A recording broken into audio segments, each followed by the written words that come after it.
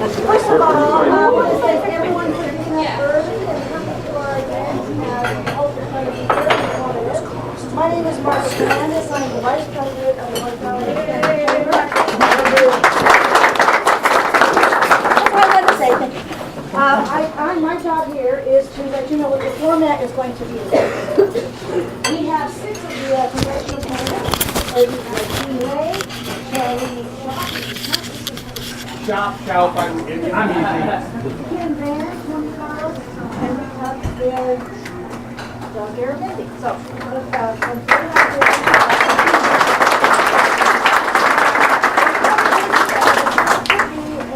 question and answer format. We're going to give each candidate 2 minutes for opening. They have 2 minutes. Angel's going to moderate some questions, 3 or 4 questions. Each candidate is going to have the opportunity to answer. He's going to alternate, like the first question is going to be, let's say the first candidate is chair, and then the next question, the first candidate is second chair, so on and so forth. After all the questions are said, then each candidate is going to have a minute to close. You can say whatever you like, to let us know a little bit more about yourself. And depending on time, we may have 1 or 2 from the floor questions each candidate. And it's going to depend on the time. Any questions? Angel Diaz will be moderating. Adrian Lopez, the president, he's going to be the timekeeper.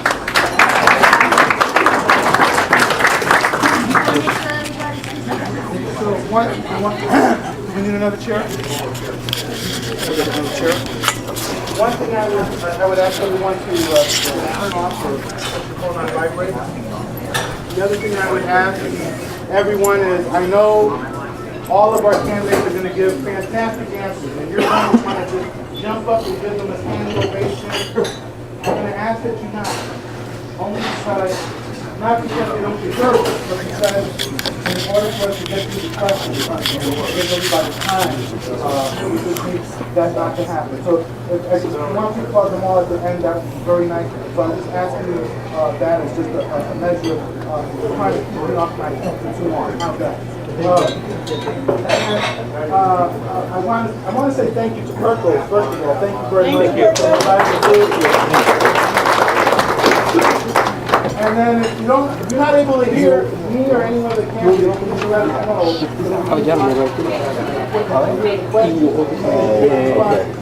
Right? How's this for right now? Can everyone hear me? All right. Yeah, go ahead. Very good. And one thing before we get off, I got one last person. That is anybody else with our concentration. I'm a member of the North Valley Hispanic Chamber, and we have been very supportive, and thank you. Thank you. All right. All right. We're just going to have all the candidates over here in their respective areas. They're just kind of hanging out like this. All right. In the corner of the picture.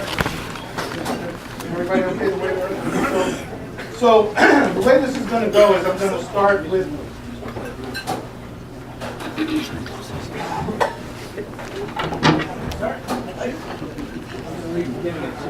all right. You're doing a good job, Rick. All right.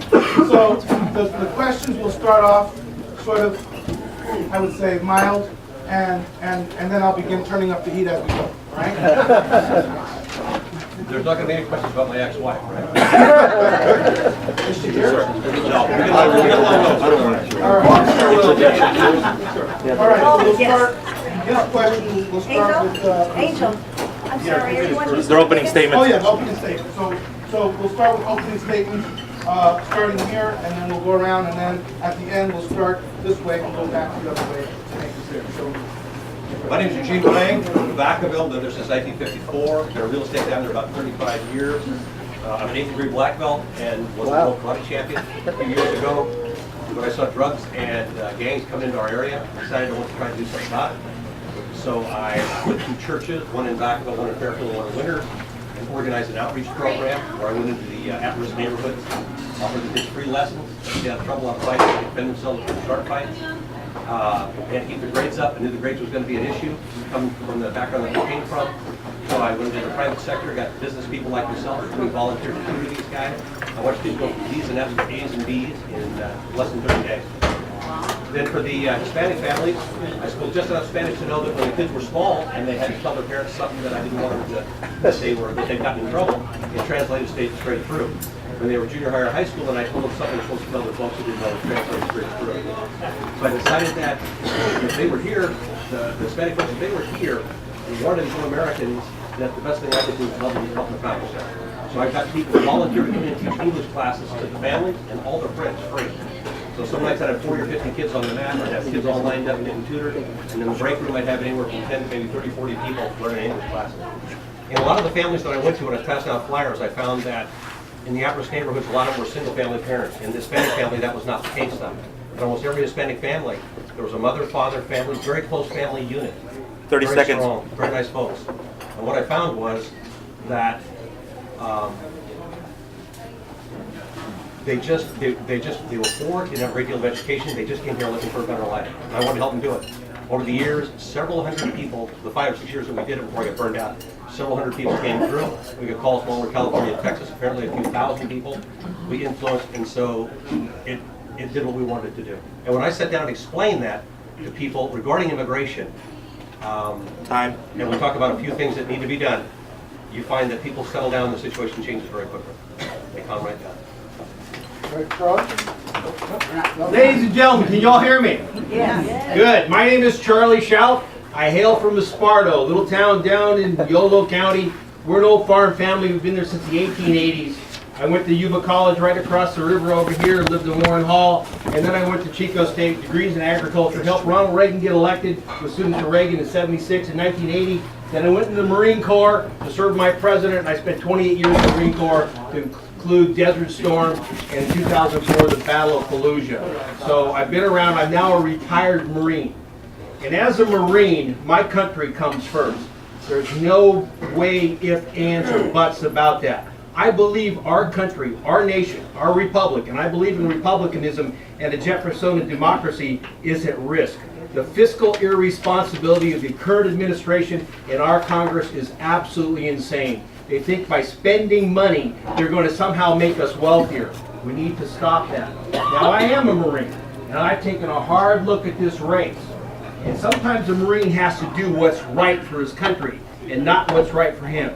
And for what's right for me today, and I'm announcing right now, I am going to pull out. I'm not going to take your time today. But I am going to endorse who I think should be the next congressperson from this district, the person with the best skills in the fields that's going to be necessary to help turn it around in Washington, D.C. So she comes from a family in Colusa. She has a stellar reputation. She's married into one of the best families in Colusa County. 30 seconds. She knows what she's doing. And Miss Van, I am endorsing you today, and I'm pulling out. And I want you to know you're going to have my 100% support. I do believe you will be the next congressman in Washington, D.C. And whatever you need, all you have to do is ask. Okay? Thank you. Good to go. Ladies and gentlemen, I'm going to give more time to the other candidates, so I'm going to pull out now. So thank you for your time. I needed to make the announcement. Thank you, Charlie. And for those of you that supported me, I'm sorry, but the numbers clearly show that Miss Van has a very good chance of defeating the incumbent. Thank you. FTV. I know.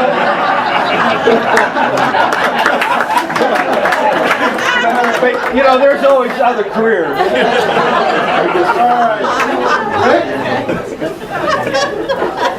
Good morning, folks. My name is Rick Tubbs, and I'm running for your congressman. Thank you so much for coming out this morning and giving us a chance to turn our support.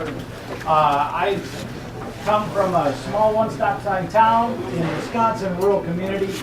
Grew up on welfare, worked very hard. I went to college on a military scholarship down at Fresno State and followed my dream of becoming a pilot in the United States Air Force. About that same time, I married my wife right here, Christy, of 22 years now, my college sweetheart. And I have 3 amazing teenagers. 2 of my girls are here, and my son should be leaving the house for college right about now. If he got out. He did. And through my career in the Air Force, I've done a lot of stuff. And I want you to understand one thing today. This race in this new district is truly a toss-up. It's not going to be about party that wins this race. It's going to be about the candidate. and who has the best solutions and who can fight for those solutions and make the most headway in taking this country away from the cliff that we're heading towards and getting us back on track. Throughout my military career, as well as owning a small business with my wife, I understand how to run budgets, how to balance budgets, how debt can be such a detrimental thing to the goals you have, whether it's in business or in the military or in government. If you're going to vote for me, ladies and gentlemen, the number one thing I'm going to do as your congressman is fight to take my experience to balance the federal budget, to save the American dream that I have lived, and many of you have lived in this room. 30 I seconds. am going to fight to balance that budget so that debt that we're piling up at more than $1 trillion a year, every year, cannot be dumped on my children and your grandchildren for the future, so they can go from places like I've come from to places now where we all are. And I hope we have a chance to talk about how we're going to do that later in the day. Thank you very much.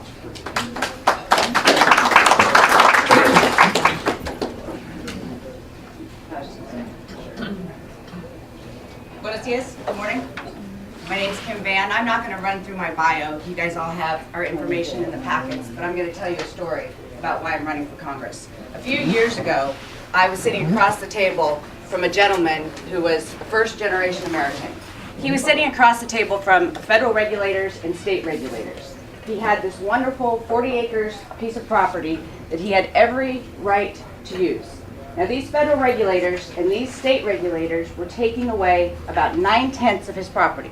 Now, this man at some point worked 3 jobs to be able to make the payment on this piece of property. This was his retirement fund, this was his kids' college fund, and he was at his wit's end. What were these agencies doing to him? His family, his parents, came to America to get away from these type of Gestapo procedures. They came here to give their children a better life, and he was having it ripped out from underneath him. Now, he asked for my help. Now, when we got involved, I wasn't quite sure exactly what we were going to do to stop these federal regulators. But after a couple months of fighting as hard as we could, because these weren't laws that these regulators were imposing. These were bureaucratic regulations that they decided at the mid-level that they wanted to put on this gentleman. Watching him across the table with tears streaming down his face when we fixed this problem was one of the most significant moments in my life. I knew then that I could make a significant difference in his life. I ran for county supervisor. 30 seconds. I have made a huge difference in Colusa County. We have a net job growth since 2007. One of the only counties in this state that has it. I'm pleased to have worked with the Hispanic Chamber in the past. I look forward to working with you in the future in both roles. I thank you all for having us here today very, very much. And I commend you for getting all the candidates together and listening to what we're truly about, not just what the rhetoric says. So I look forward to having this debate with you all. Thank you.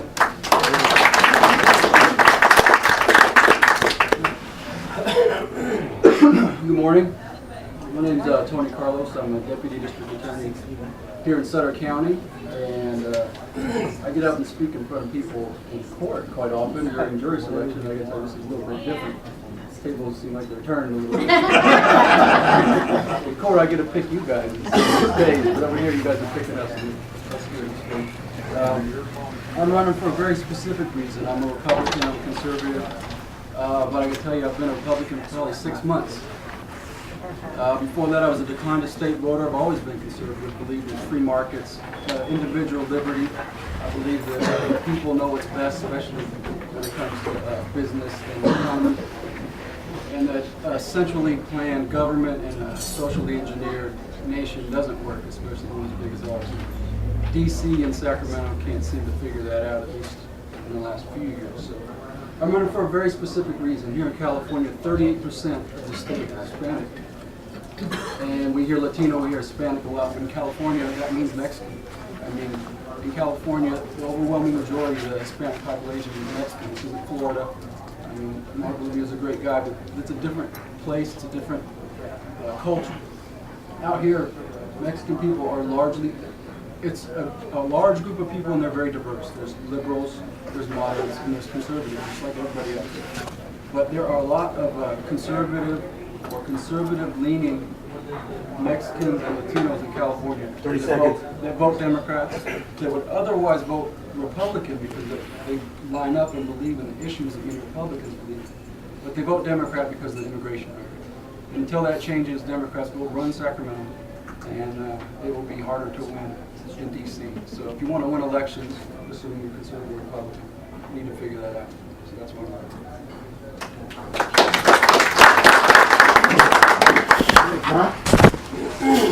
Good morning, all.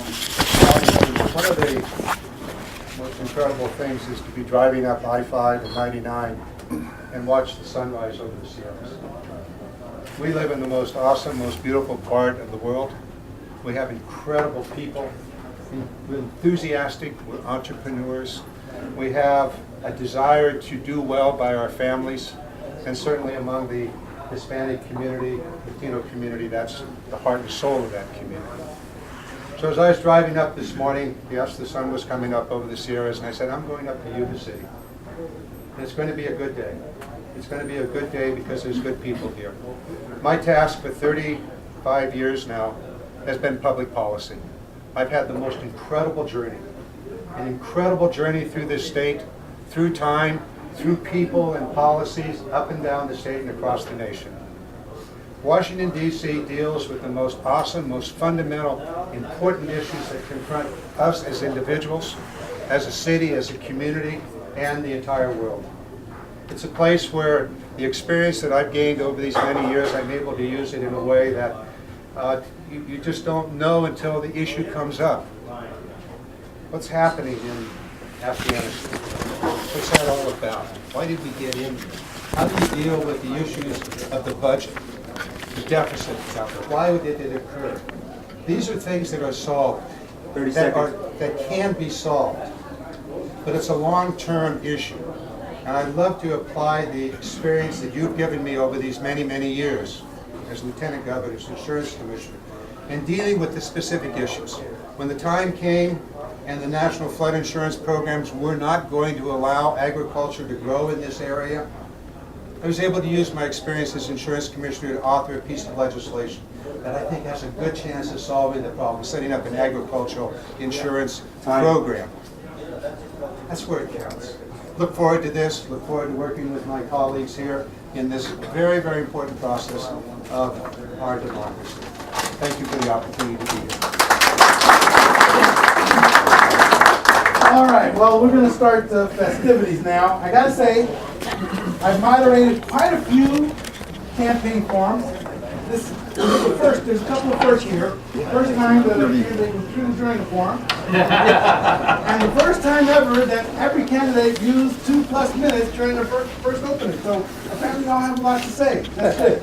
Since we have less candidates, what we'll do now is we're going to change the rules up a little bit and allow you 2 minutes for each question, given the fact that people don't have a lot to say. So we'll get started. And again, please hold your applause because now we're going to really want to hear everybody speak. So since we started with you in the opening, Rick, we're going to start with you on the first question, okay? And everyone will get a chance to answer the same question. What are your top 3 priorities when serving as our representative in Congress? That's an excellent question, because every good candidate has a top 3. I alluded to my first one, balancing the budget. I have some newspaper articles right here. You know, the $3rd trillion deficit in a row, on top of several $100 billion deficits before that.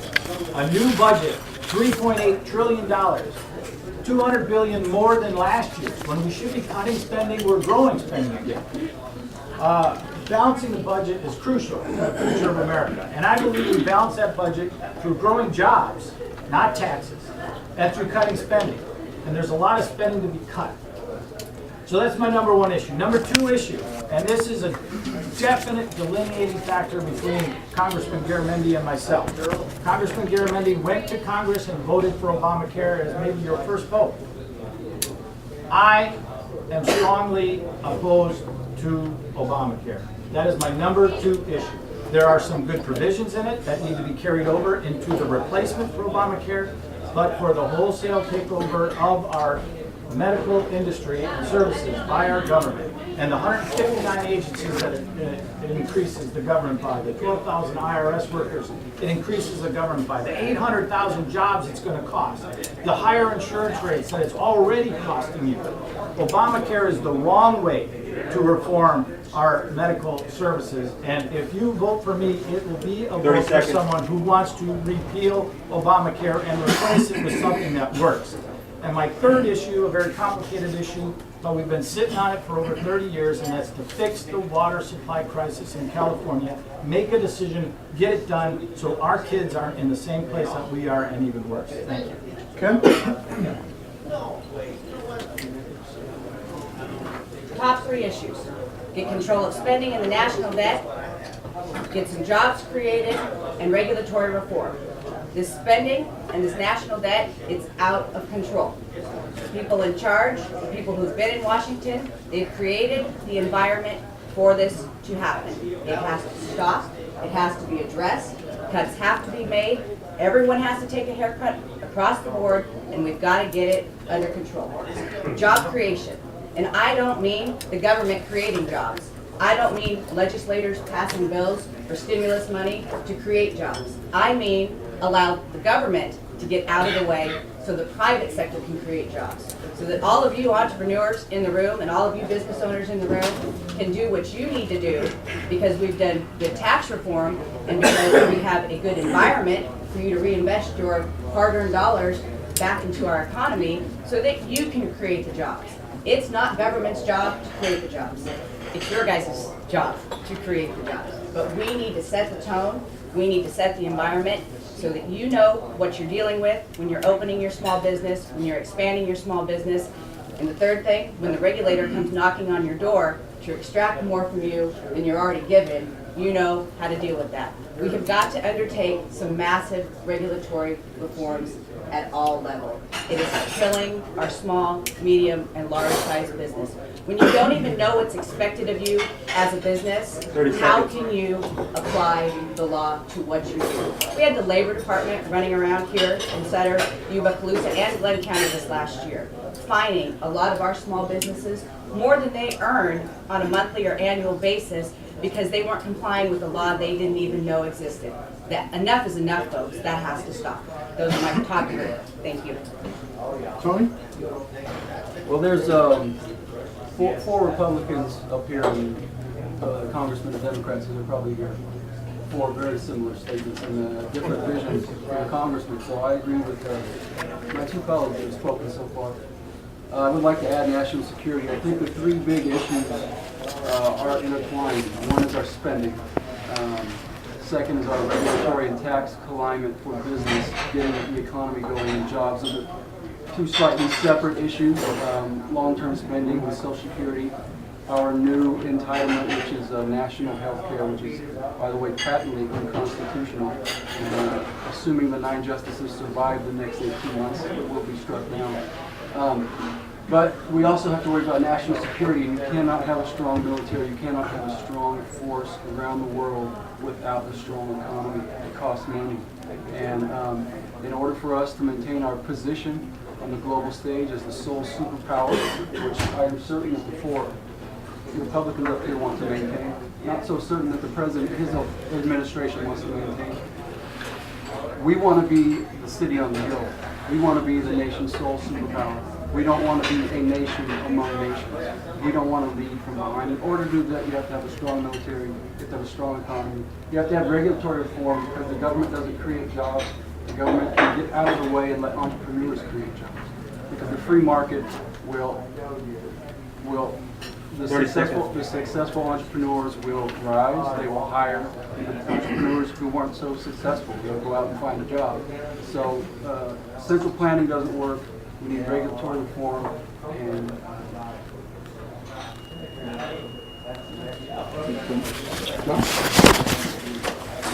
thank you.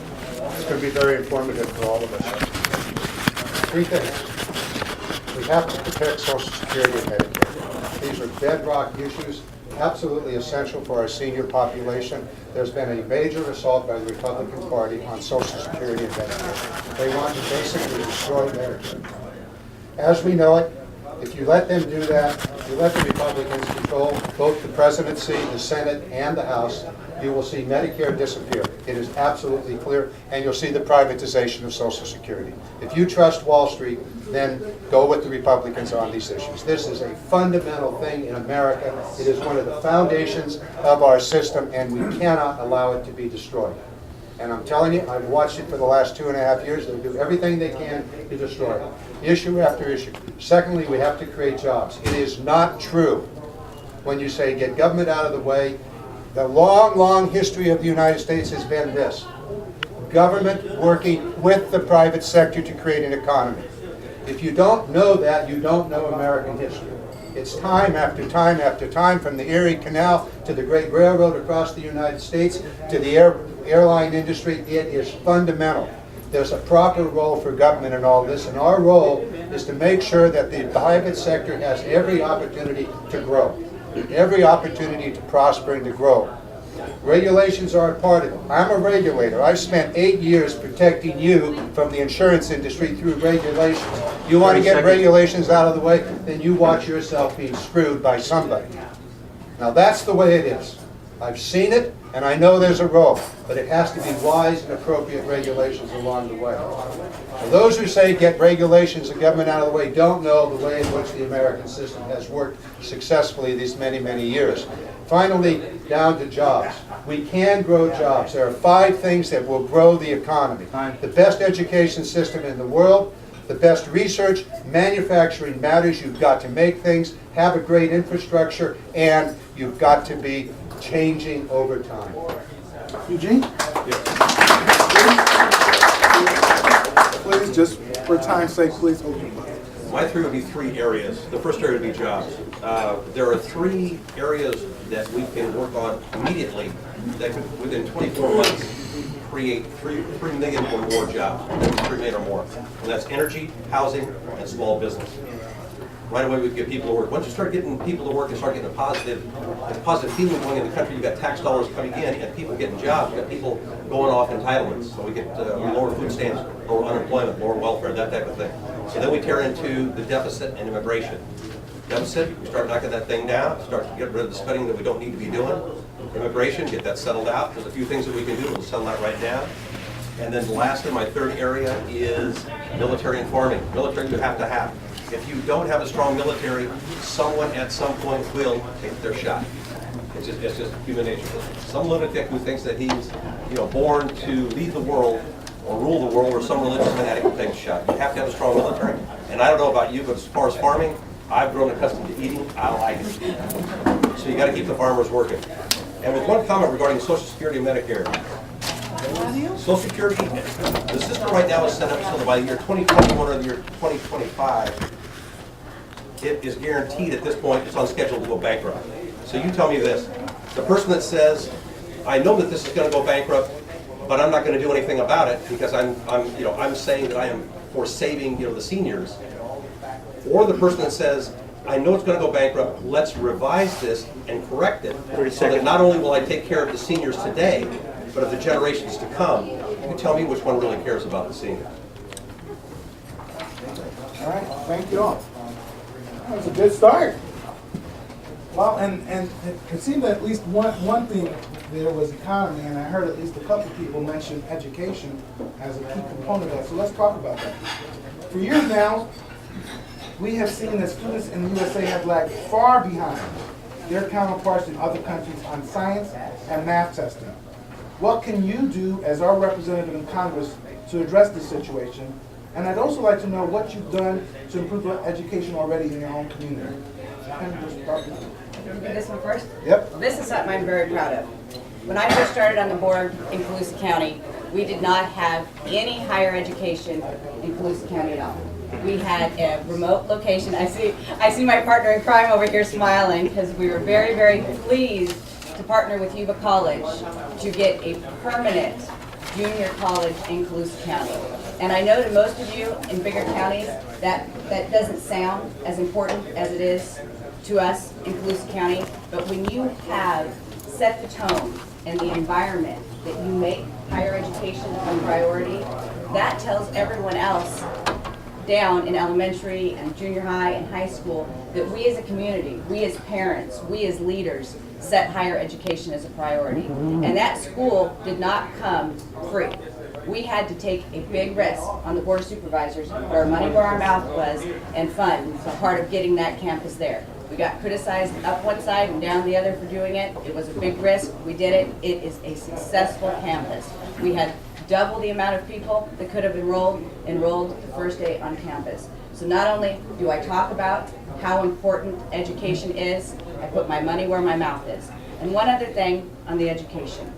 We have to improve the interaction between parents and our children and our teachers. The first step is to get engaged at home with your kids and do homework and work with the teachers to get them what they need. 30 We're in a seconds. system where we have much larger classrooms. We need to be engaged. We need to get volunteers engaged, grandparents, parents. My son is extremely fortunate that he has grandparents that get involved because they can a couple days a week. We need this hands-on involvement, and we need to encourage our friends and family and neighbors to participate at that level. Because education's only going to get better in this country when we all work together to get it there. It's not going to improve on its own. We can't wait for it to come to us. Time. We have to be proactive and do something about it now.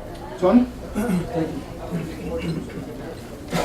Education is extremely important, especially for our young children. And I think, A little louder, please.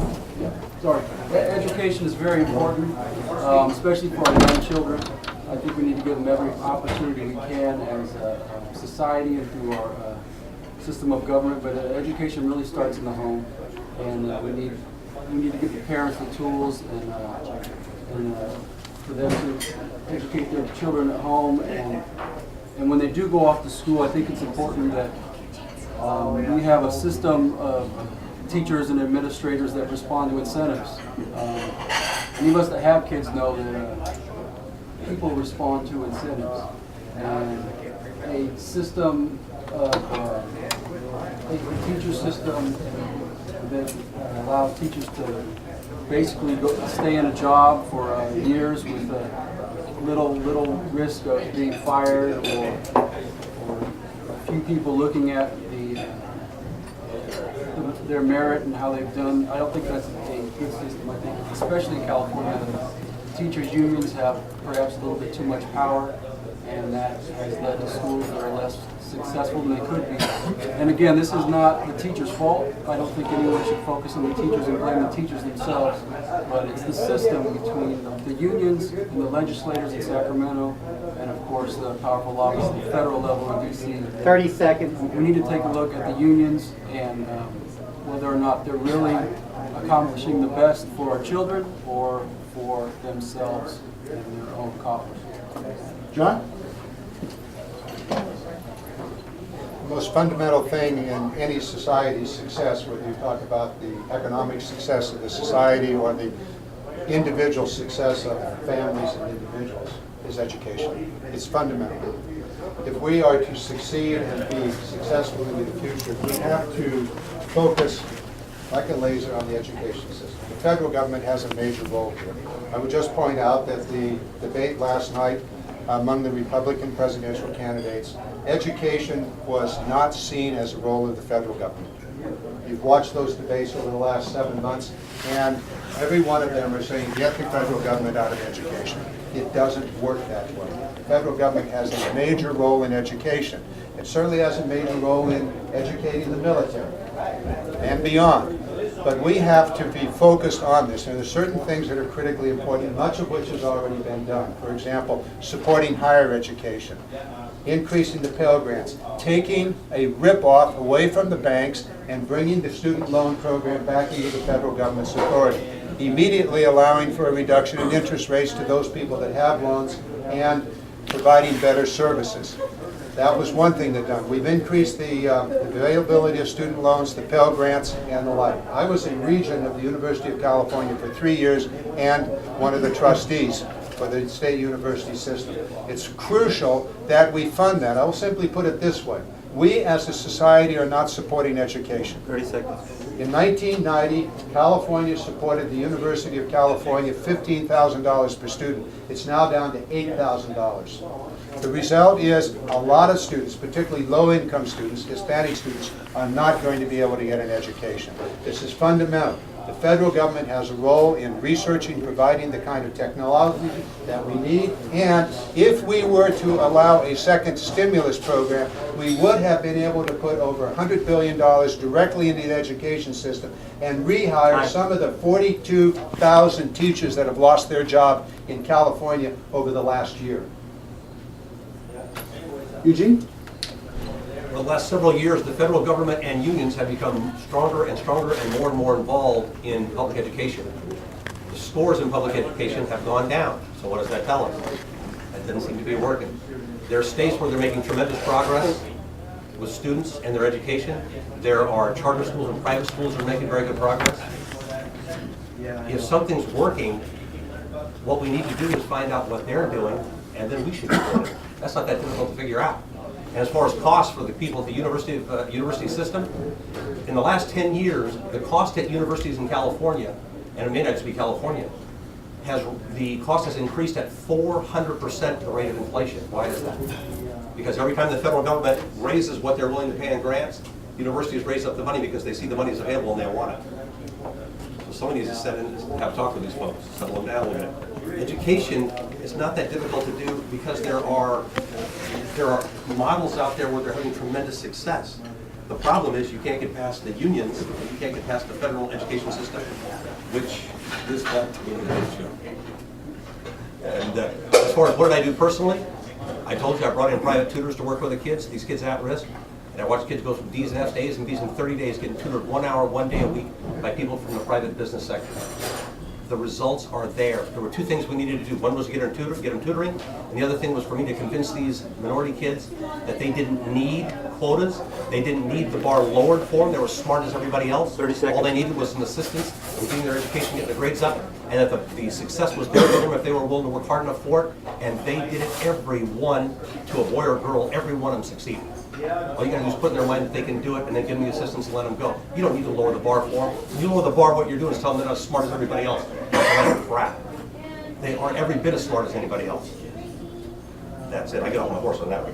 All right, Rick? All right, thank you very much. Education, very important. I'm going to get to that in a sec. I just want to revisit Congressman Garametti's answer. When I debated your friend George Miller the last time I ran for Congress, Congressman Miller tried to do the same thing that Congressman Garametti did, and that's paint all Republicans with the same brush. And Congressman Miller tried to say about me that I wanted to get rid of Medicare and Social Security. And I said, that's not true. So I'll make that same statement today. I'm a Republican that doesn't want to get rid of Medicare or Social Security. But to defend their position, which is extreme, and their position I will describe as the status quo. I say it's extreme because it's unsustainable. To defend their position, they try to paint me or us with the opposite extreme position. Not true. Medicare can be saved by getting rid of the almost $100 billion of fraud in it, 25% of the budget, and not cut one service to our seniors or one payment to a doctor, just getting rid of the fraud. I'll do that as your congressman. Social Security, it is not going to survive in its present state. It needs to be revised, but it also needs to be there for our seniors today, tomorrow for me, and in the future for my kids. If we balance our budget, we can afford Social Security. I'm a Republican that doesn't want to get rid of it, wants to save it.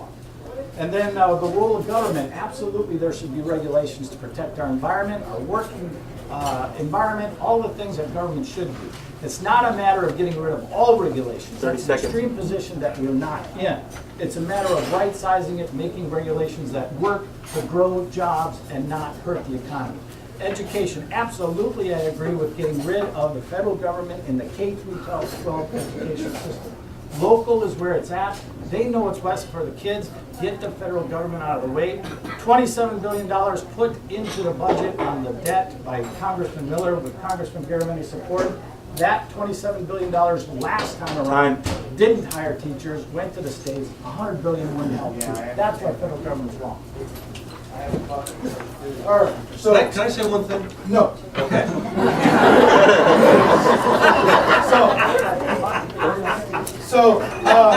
So One is, I want to make sure that all the candidates, please project your voices so that everyone can hear. And two, that you stick to answering the questions. If there's something that one candidate says that you want to address, you're going to get time at the very end to make your final statements, and that's the place where you'll want to do that. Otherwise, what happens is we don't give the answer the respect that's due. And I want to assure you that we really want to hear your answers on these questions. It's a little small. Yeah, I'll take that. All right. In recent years, the debate over illegal immigration has often been posed as a choice between two competing priorities: increasing border security and stringent enforcement of immigration laws versus providing a path to citizenship for immigrants that are currently here that are not in compliance with the immigration law. What should be the priority for dealing with illegal immigration in the U.S.? A path to citizenship or stronger border security and more deportation? Tony, we'll start with you. Thank you. This is a very important issue in California. And if the presidential primary is still going on June 5th, it'll be a hot issue then. There are two separate issues. There's the national security issue, the controlling the border. There are criminals, there are drug traffickers, and there are terrorists. And if they can sneak across our southern border, that is a problem. But there's also an issue of the fact that the border's been, for all intents and purposes, open for the last 40 years to labor. The labor's been needed. Big business, largely Republican big business, has wanted the labor. They wanted them to come across and work. Well, those people have had children. They've built lives. They're here. And it is, you can say what you want about it, whether it's right or wrong, but politically in California, if you want to say, go back to Mexico, I don't care if you've been here 20 years, you're going to continue to lose elections all the time. You're going to continue to have voter registration that's 30%, the Republican Party currently is. So there's two issues. There's people that live here and have lived here and built lives here, and there's the border. Clearly, I think everybody on this side, and I would imagine the congressmen as well, want to control the border. It's a national security issue. But the biggest issue is, what do we do with the people that are here? And we must start at a minimum with children that have come over through no fault of their own. That's those people that are here, that have grown up here, some of them since they were 3 months old. I know a guy that's been here since he was 3 months old and wants to know how he can stay. Well, 30 we seconds. should, did you say 30? Yeah. We should come together as two parties and support a version of the Federal Dream Act for kids that have, through no fault of their own, committed no crimes, are here, didn't even know they're illegal, some of them. There needs to be a path to residency at a minimum, if not citizenship. Both parties need to come together on it. I certainly support the Federal Dream Act, and I would hope that everyone at this forum supports a version of it. It has their own proposals, because that's something that needs to be addressed. John? Carlos, thank you. It's a very good answer. You're right. Immigration. This may be one of the few things that I agree with George W. Bush on. He proposed a comprehensive immigration program in 2002, 2001, and 2003. A comprehensive program. It became the McCain-Kennedy program, a bipartisan program. It did not pass Congress. Unfortunately, it didn't. It was comprehensive. It had border control. It had a path to deal with those who are here undocumented, pay a fine, get on the right track, become documented. If you wanted to become a citizen, there was a path for that. If you wanted to engage as a legal resident, there was a path for that. We have to reinstitute that comprehensive program. As we do that, we also need to do what is called the Ag Jobs Program. Extremely important for California, extremely important for this part of the world. We can merge those two things and put together a comprehensive immigration reform program. I've been for this for the last 20, 25 years, and it's possible to be done. We need to push the politics out of this and come together, as happened in the early 2000, 2004, with the McCain-Kennedy program. That is the way in which we could deal with it. Comprehensive Ag Jobs program that would allow for those ag workers that we need here in California and other states to have proper documentation to come, do the work, return to wherever they came from, principally Mexico, 30 seconds. back and forth as they may want to do. It's a necessity that we do this. To ignore this is just not, it's just foolish to continue to ignore it. It's a great political issue. Both sides play this game, Democrats and Republicans, use it to their advantage. Unfortunately, it's to the disadvantage of this nation. Eugene? We pat down old women and little kids at the airport in the name of Homeland Security. When we have a southern border that has several hundred miles that's wide open for terrorists, drug dealers, criminals, the drug cartel to just walk back and forth at will. Does that make any sense? No, it doesn't. America is a country that has always welcomed people from other cultures and other countries. Immigrants. We're a nation of immigrants. We're also a nation of laws. With 300 million people, you can't just have everybody just run around doing whatever they want to do. The first thing that we need to do is we have to get control of the border. The people in America have been told twice that if they allow legalized citizenship, that the border will get under control and the problem will be solved. Both times it hasn't happened. They were lied to. They're fool me once, shame on you. Fool me twice, shame on me. They're not going for the third time.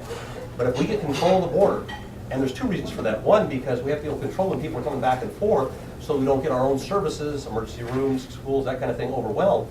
But the other thing is, as I told you, I've worked with a lot of Latin families, and they're really good folks. They're just here looking for a better life. What they're not looking for is for the drug dealers and the criminals to follow them over here. That's why they left. So they don't want them coming across either.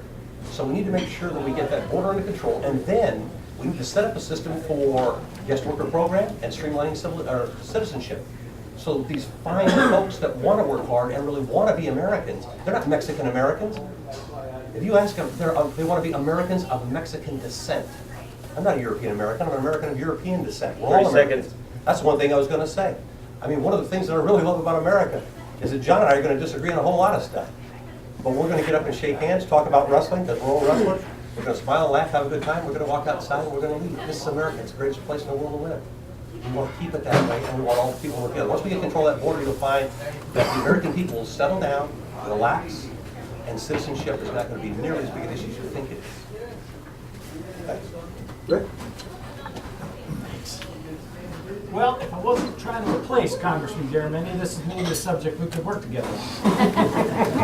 And as your congressman, I want you to know that as a Republican, I'm not interested in party, I'm interested in solutions. And immigration is an American issue. And our immigration system right now is broke. And the fact that we say there is over 11 million illegal immigrants in this country is testimony to that fact. Everybody in here, unless you're a Native American, is an immigrant or a son or daughter of an immigrant. And we all came to America, or our fathers and mothers came to America in search of the prosperity and opportunity and the freedom that this country provides. That's why there's so many coming. That's what's great. So how do we deal with that? I spent some time in Kuwait during my military career, if you can imagine. And as I was sitting in a hotel room, I read about a country that has 800,000 citizens and 2 million guest workers. Don't tell me we can't make this work. We absolutely can. And a guest worker program is essential. I spent time as a landscaper during college, working next to immigrant workers. That kicked my butt every day, I'll tell you what, and that's military term, pardon me.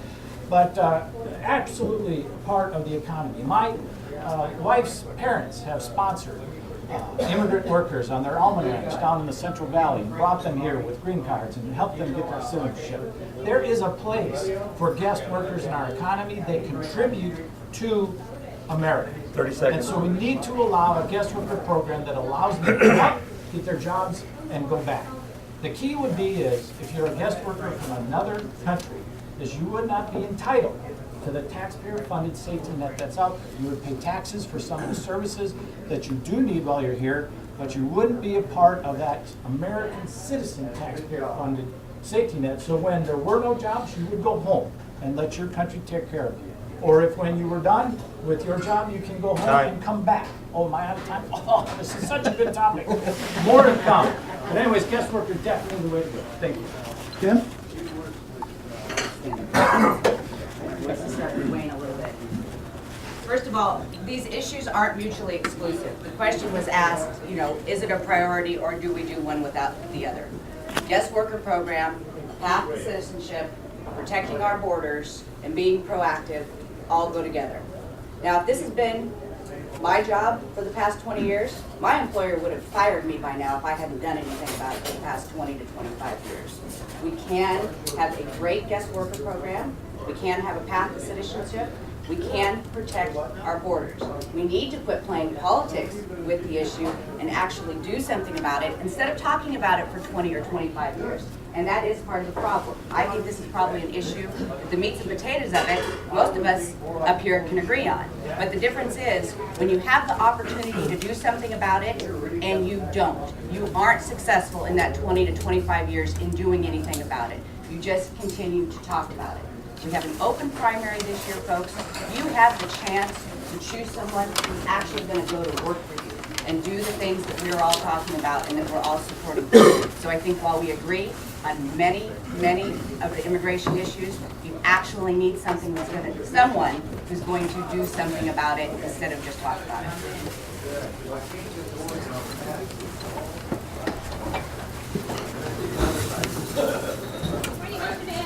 All right. As we all know, our region has some great assets and some good things going for it. It really does. But it also faces some huge economic challenges that we consistently rank towards the bottom of the state and even the nation economically. One local solution put forward is a proposed Yuba Casino project that's anticipated to create some over 4,200 jobs, direct and spin-off, and nearly $200 million a year in economic output for the region, and $5 million a year for Yuba County and Marysville. So, two questions related to this topic. One, do you support the proposed Yuba Casino? And if not, you only have to answer if not, focusing just on economic issues, do you have any specific plan for replacing those jobs and economic benefits? John, you're up first. Thank you. I strongly support the casino. Written to the federal government, to the governor and others, it's an opportunity for this area to have a significant employment base, just as you said. So I strongly support it and will continue to do so. As Deputy Secretary of the United States Department of Interior, I dealt with these Indian tribal casino issues for 3 years. They're very complex. But this proposal has a solid foundation and ought to move forward, and it ought to move forward very vigorously. Governor Brown will eventually have a very important decision to make on this, and I urge him to make a positive decision to allow this casino to go forward. Now, beyond the casino, there are other issues that are critically important in this area. I mentioned early on the issue of flood zones. The downgrading of the levees by the Army Corps of Engineers has led to a situation where much of agriculture in a flood zone is unable to build new buildings, new facilities. I've introduced a bill which I think has a good chance of becoming law that sets up an agricultural flood zone where we can get proper insurance at a reasonable rate for the farm community, and this is critical in this part of California, for the farm community to continue to do the kinds of expansion that they need to create jobs in this area. Beyond that, manufacturing is a fundamental issue in America. We had 20,000 manufacturing jobs in 20 million manufacturing jobs in the United States in 1989. We now have just over 11 million. We've seen the decline of the manufacturing industry. I have two bills that are making their way into policy today, and those are Make It in America bills, using our tax money when we buy buses here in Yuba City or Marysville with federal tax dollars, your gas dollars. We will buy American-made buses. When the wind turbines and the solar systems are being put together, that tax subsidy is going to be used to buy American-made equipment. Time. Eugene? As far as the Yuba Casino, I apologize, I haven't researched it, so I don't know. What I can tell you is that of all the casinos that I've seen in California, they appear to me, from everything I can tell the people that I know that are involved with them, to be very compatible with the areas, generate jobs, generate tax dollars, generate income. So I'm guessing I'm probably going to be on the positive side of that, but I would have to research it to make sure. As far as jobs, 25, 30 years ago, we had a city council in Vacaville that had no idea what they were doing. They were driving the businesses out, they were driving the builders out, and so the people who grew up there couldn't afford to buy houses, so there were going to be no jobs. So John Vasquez, the guy that I went to school with, who's a county supervisor down there now, a very good friend of mine, we decided that we needed to do something. We sat down and decided, we took a look at the numbers, and John Vasquez and I knew enough people personally to win a city council election. So I was his campaign manager, we won the city council election. And we got busy getting aggressive, going after businesses that we want to clean our industry and provide good paying jobs. If you drive down the Vacaville now and you look at the Nut Tree, that whole factory store center,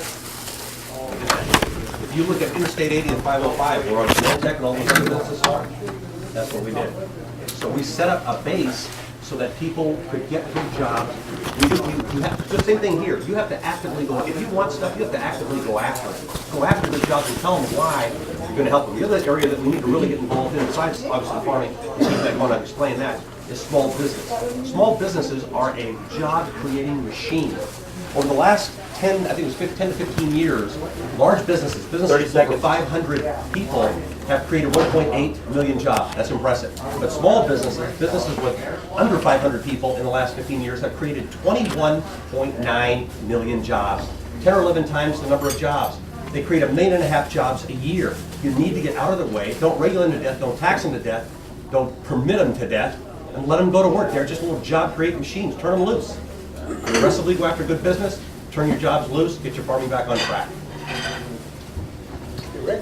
Thank you.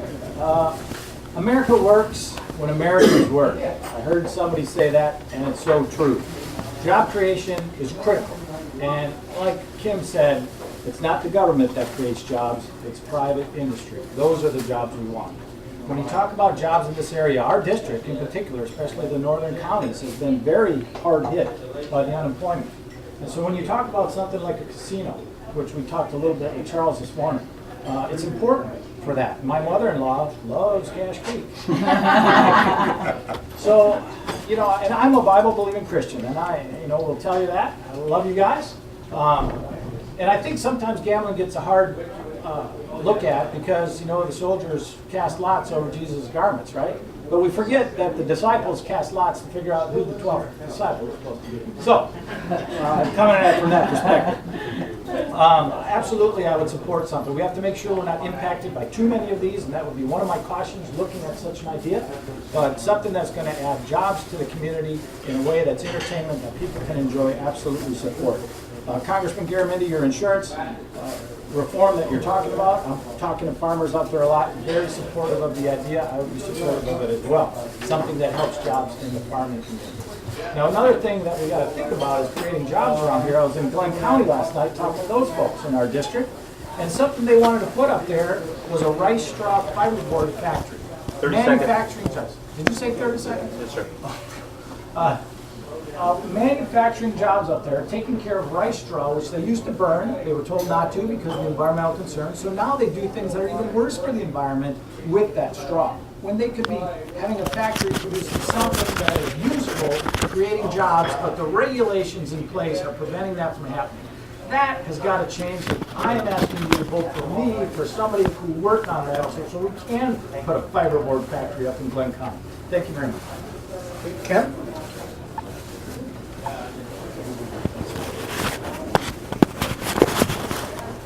First of all, we're no longer number one in manufacturing in this country anymore. We are number two. That's changed over the last couple of years. Under the current leadership we have, we've gone from being number one in manufacturing from this country, to number two.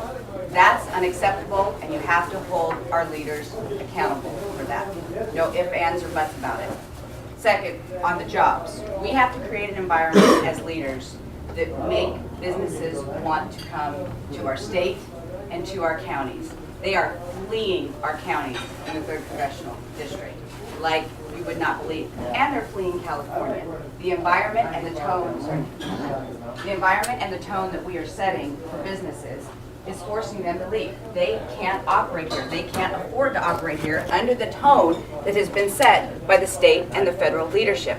That's absolutely unacceptable. We have to change that tone, and we have to change the regulatory environment that these businesses operate on. Second, for the ag and the job creation of the ags, completely supportive of the flood insurance bill that Mr. Garamendi is talking about, but somebody else deserves credit for that. Stan Cleveland, Supervisor Cleveland, sitting in the back of the room, wrote most of the language that's being used in that bill, and Supervisor Gallagher. You need to thank the local supervisors for all their hard work on that. I participated in that as well. We're happy to have Congressman Lundgren and Congressman Garamendi doing that, but Stan deserves a real sincere thank you for all his hard work on that. He's definitely not getting enough credit for 30 it. seconds. I'm done. 30 seconds. Okay. I'm very close with my tribe in Colusa County. We have partnered over the years to have a good economic development plan. They have been very generous with our county. We have great communications with them. We do programs and projects with them to make sure we get as many people going out to the casino and coming into our county. We've been great partners. I think partnerships like that are invaluable to local, state, and federal government. So as your congressperson, I will work as hard as I can to make sure the business environment is there, not only for our small, medium, and large businesses, but for our casinos and tribes as well. Tony? Thank you. Before I endorse the casino, I'd like to ask if you guys are going to have a poker. It's a very serious question. I'm waiting for it. I don't know. Okay, it's not too serious. But anyway, yeah, I certainly support the idea of casinos in California. I worked in casinos throughout law school and undergrad, dealing poker and blackjack and other such things. I worked for some of your competitors in the Valley, and I went to Colusa for 4 years. I never saw you playing poker. But yeah, I mean, but yeah, casinos are great for our local economy, and as Californians, we've decided we want them because they're up and down the state. So certainly I would support a casino out there. It's good for the economy. Beyond the casino, I would disagree with the congressman's earlier statement that the best way forward and our past in America is the partnership between the federal government or government generally and business. Certainly, the government has a role in business. We need courts of law. We need to have contracts that are enforced. I mean, we need roads for transportation of our products. Certainly, government has a place, but not an overly burdensome regulatory scheme. And if the congressman thinks that the federal government's regulations are good for business, I suggest perhaps when you get back to DC, you should pass a law or propose a bill that says to businesses individually, if you want our help, tell us. If you want to opt out of this regulation because it isn't helping, then opt out. I mean, if regulation helps business, let the business decide. That's how we create jobs, so let businesses be successful on their own, not be propped up by the federal government through borrowing money from China or printing money from the Fed.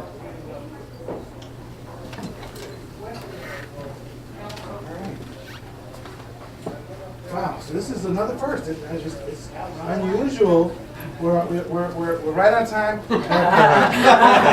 and Thanks to the timekeeper. Yes.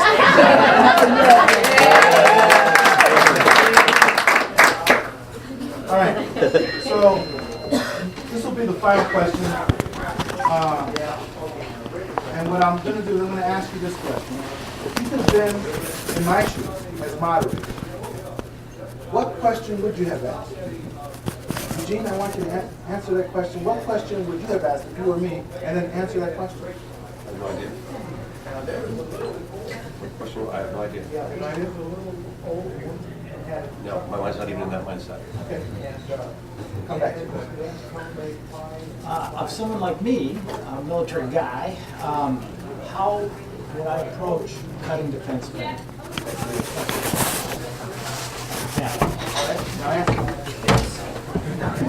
I'm sorry, can you repeat that question again? Yeah, my question would be is, in this budgetary environment, remember I said balancing the budget, cutting spending, very important. I've spent over 22 years in the military. How would I approach cutting military spending as we go forward? Because I think as we move forward, it needs to be a national movement. Like Kim said again, all of us need to give up some reliance we have on the federal government. We need to wear it as a badge of honor as our national pride to what can we do to balance this budget. And even the military needs to take a cut. And I'm here to tell you that as a commander in the United States Air Force Reserve, I see how we spend money in the military. I see how we waste money in the military. Last September, I was ordered to spend every dollar I had. No matter what, find something. Because if I don't, we might lose it the next year. That is incredibly irresponsible spending, but it's the way it is, and it's the way it is across the government. In the Constitution, it allows for a 2-year budget of the military. The first thing I do is have a 2-year budget to where, as a commander, if I have money left over from this year, I can use it next year if I need it, or after the following year I don't use it, let it go back to the treasury. Another thing we need to know is there's a new KC-46 coming out that needs to be at Beale Air Force Base to save the dollars of flying empty airplanes from the middle of the country to the coast of the country where the receivers, like my airplane, is. There's lots of money to be saved in the military without costing us in national security or any capability. I've been in it, I know how to do it, and I can do it in Washington. Thank you. All right, Kim, now you get to be the moderator. What question should I have asked you? And please tell everyone the question and then your answer. I think the first time you asked the question is what question should you have asked us all, not just me. Well, yes. My answer would be different if you were asking me. Okay. The question that I would have asked all of us is, why are you running for Congress? So now I'll answer the question. Okay. I want you guys to look around the room at each other a little bit when I do this. How many of you truly believe that your grandparents thought they were leaving a better America to your parents? Sign a hand. Show of hands real quick. Your grandparents believed that they were leaving a better America to your parents, right? Okay.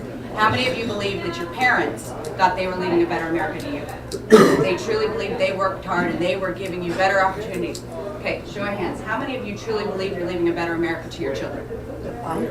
Right today, you are leaving a better America for your children today. Where we're at today, I do not believe that I can sit by and watch what's happening happen and leave a better America to my wonderful 9-year-old little boy who looks up to me every single day. His future is in our hands, and we have to make some very strong decisions to make sure that our children have the same opportunities that we had. I look at him and want to make sure that he has every opportunity in the world to succeed, and the path we're on right now is not going to give him those opportunities for success. My children, your children, we all deserve this. I'm doing this for you. I'd be just as happy sitting on the couch or going for a run these evenings. I'm a little tired, but I can't sit by and sacrifice the future of our next generation. I'm just unwilling to do it. Tony? Thank you. Yeah, in fairness to Eugene, I've had about 5 minutes to think about it. Or I would have drawn a blank. So, but interestingly, the question that I would have asked if I was the moderator kind of helps me personally because it's my issue. But I really would want to know if I was in the audience, what is it that what issue, major issue, do you disagree with your party leadership on? And why is the party leadership wrong? I mean, how often do we see politicians, and I certainly don't mean congressmen, just generally, politicians that just agree with their party all the time. And, I mean, they just toe the party line and they got to call back to D.C. to find out what they're supposed to say. I mean, we're sick of that. I'm sick of that. And for me to answer that question, certainly watching these presidential candidates on television, the issue I disagree with the Republican Party on, obviously to this point, is their stance on, I would say immigration, but not so much closing the border when you control the border, but what to do with people that are here and calling 11 million people illegal. I wrote an op-ed that was on Fox News Latino where I go through the definition of amnesty and you touch on illegality. If you've come over at the age of 6 months, you've committed no wrong, either criminal or moral, because you've done nothing. You had no say in the matter. You were brought over against, not necessarily against your will, but certainly you're a little child, you're just brought over. So you're not illegal in the sense of the word that you committed a crime, so let's recognize that. As a party, I'm now speaking to my party's leadership, let's recognize that. 30 seconds. And let's have a bipartisan, intellectually honest approach to what to do with these people. They're not illegals. In fact, they're Americans by culture. Some of them don't speak Spanish, and they've never been to Mexico except when they were 3 months old. So, as a party, I'm speaking to the Republican Party right now, we need to deal with that issue in an intellectually honest way. And incidentally, it's great politically. I mean, we need to do it morally, but politically it helps. So I mean, I'm amazed that we ever got together, and that's why I'm running.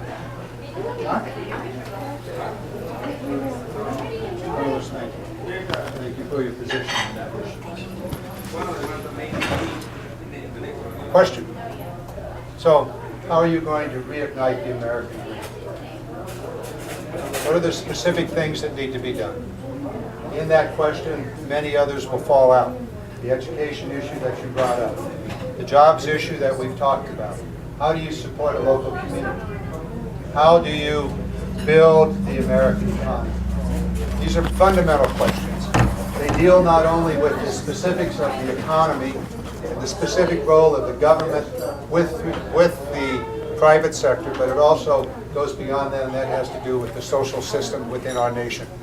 We have a very complex nation. What worked 50 years ago doesn't work today because this society has dramatically changed. For the better, but dramatically changed. Education. There are certain ladders of economic success. Certainly they are found in entrepreneurial activity. It turns out that one of the greatest entrepreneurial parts of our economy and society are the Latino community. Very entrepreneurial. Support is needed. Certainly on the education, on the job preparation, on the vocational education programs. You look at the other pieces of the puzzle. How do you support small businesses? There has always been, from the very first president of this nation, an industrial policy in America.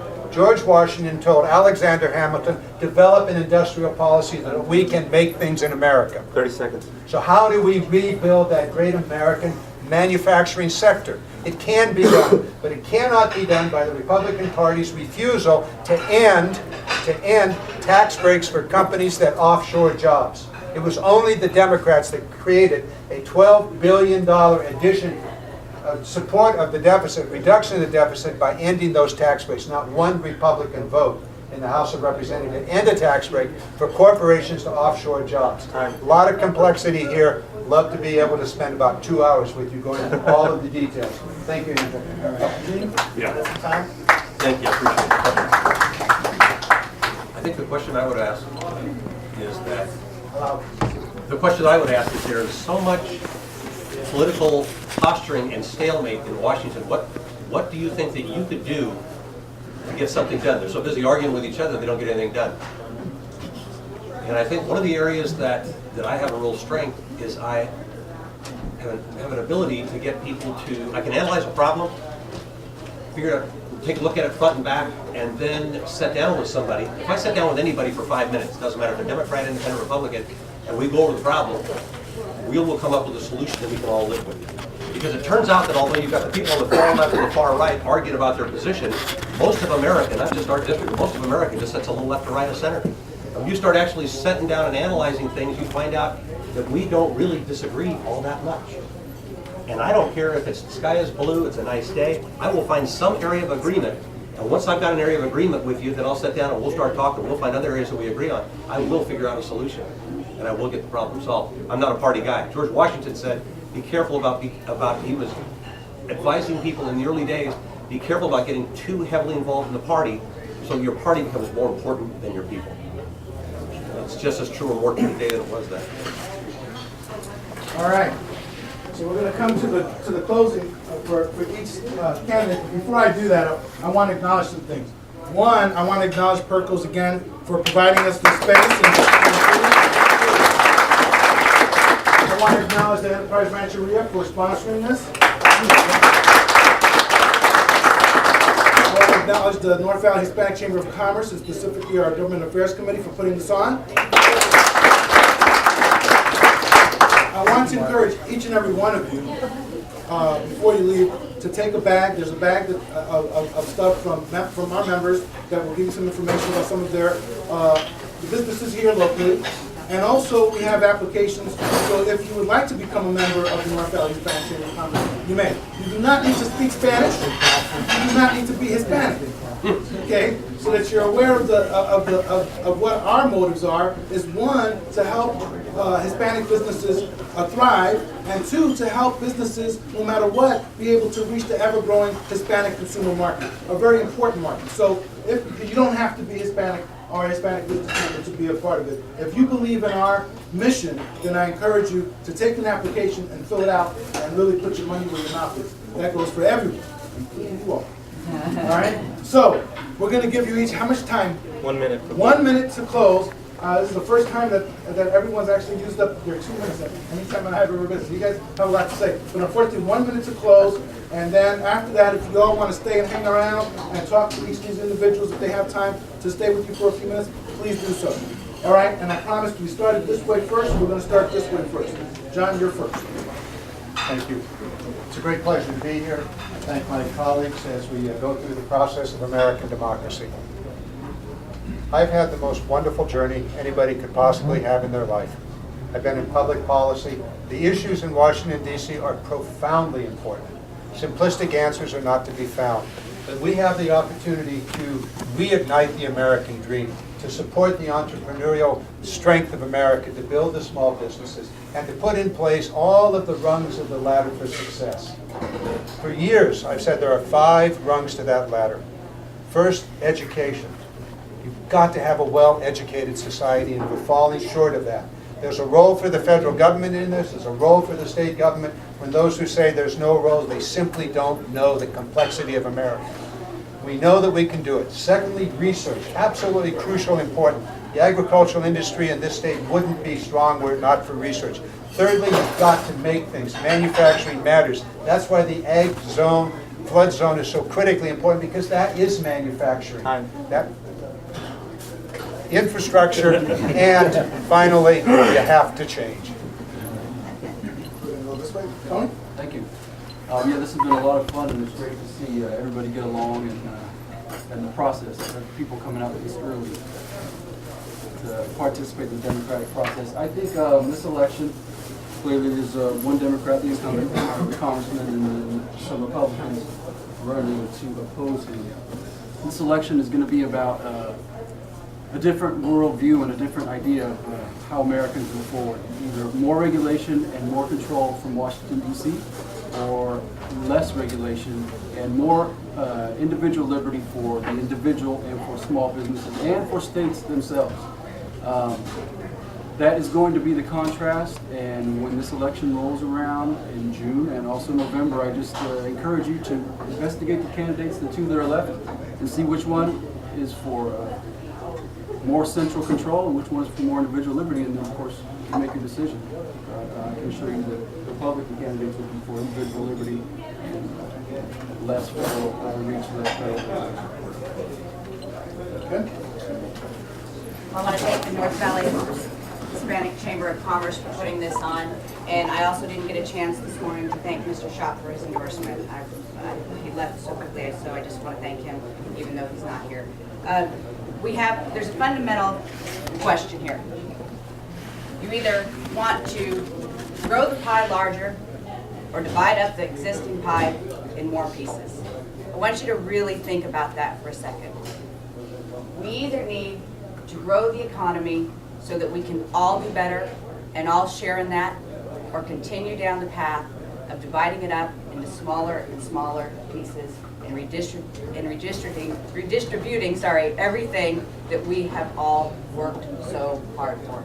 It's a fundamental question, and it's a fundamental difference. I ask that you investigate our candidacies and what we stand for thoroughly, not just what we say, but what we've actually done. You're going to find a very distinct difference between us when you look at what we've done, not just what we've said. Thank you for all. Great. I'm not the timekeeper. Thank you very much for your attention and giving me the opportunity to earn your support. There's some very fine people up here, all of them asking for that support. We represent some different views. Now on this side, like Tony started with, a lot of the same thing. But with my experience, not only my life experience from welfare to business to military to union member, I didn't get to mention that, I bring a lot to the table to work on the solutions that I want to bring to Washington. Now, Congressman Garamendi and I, we do agree on some things, would have loved to work with him on, but we have a stark difference on some others. Obamacare supports. I do not. Congressman Garamendi looks to government more. From what he said today, I interpreted that he looks to government more for the solutions. I believe more in you, the job creator, the entrepreneur, the U.S. citizen, to make decisions and create the prosperity for your lives. And third, he said it's a long-term process to balance the budget. With a 3 to 4% cut and a 3 to 4% growth, we balance it in 5 years. Stark differences. You have a great choice this time. Thank you very much. Gene? It's been said a few times today that government doesn't create jobs. For the last several years, government does create jobs. The problem is government has no money, government makes no money. The only money government has is the money it takes from the American taxpayer. So the bigger the government gets, the more burden on the taxpayer. That's how Greece got where they are. We're just bigger, it just takes a little longer to get there, unless we're smart. If we're smart, make some really good decisions in the coming months, in the coming years, we are either at a point where we are going to be at entitlement bankruptcy, mediocrity, fading into the pages of history as a once great nation, or we, because I'm one of those positive guys that my glass is not only half full, but I'm figuring out how to fill it up and give everybody another drink of water. I believe that America, with some good decisions, is sitting on the verge of doing things so much greater than we've already done, that it is beyond the imagination what we can accomplish. But we have to not get lazy, not get silly. We have to stay smart and stay back with the original principles that we started with. We don't penalize success. We make opportunities available for the middle and lower class to succeed if they're willing to work for it. Not a handout, but a hand up. Thanks for inviting me. All right, well, I want to thank each and every one of the candidates. Let's give them all a hand. I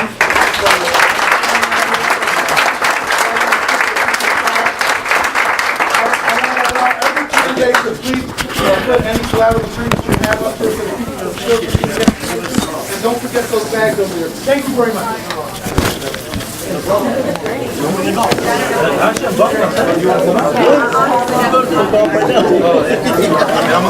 Thank you very much.